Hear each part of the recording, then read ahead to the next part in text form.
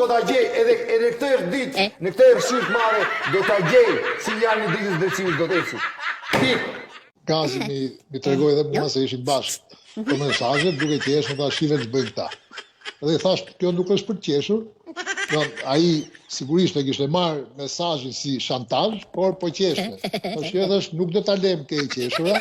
Protesta e nesërme hap si parin e protestave të tjera. Nuk është vetëm një protest, do jetë një seri protestash. Gjithë mund thonë që rrëzohet Edi Rama me protesta. Jo, Edi Rama rrëzohet me vot. Ama kur dalin dhe ne pritshmëria jonë është 80.000, 100.000 minimalisht që dalin, po mund t'jene edhe më shumë. E keni dëgjuar Edi Ramën që thotë do futemi në Europë? Është thjesht mashtrues.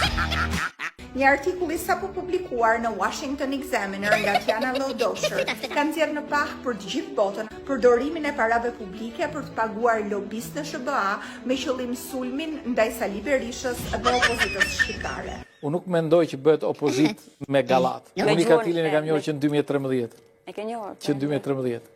Unë nuk e di se kush e njeh këtë Katilin as si e ka, po do me gjithë respektin dhe vlerësimin që kam për artin, historia politike e opozitës ka pas momente tilla të cilat do të thonë kanë shkatruar opozitarizmin në Shqipëri për fatin e keq. Me zotin Berisha në kryet PD-s, Partia Demokratike nuk vjen dot në pushtet.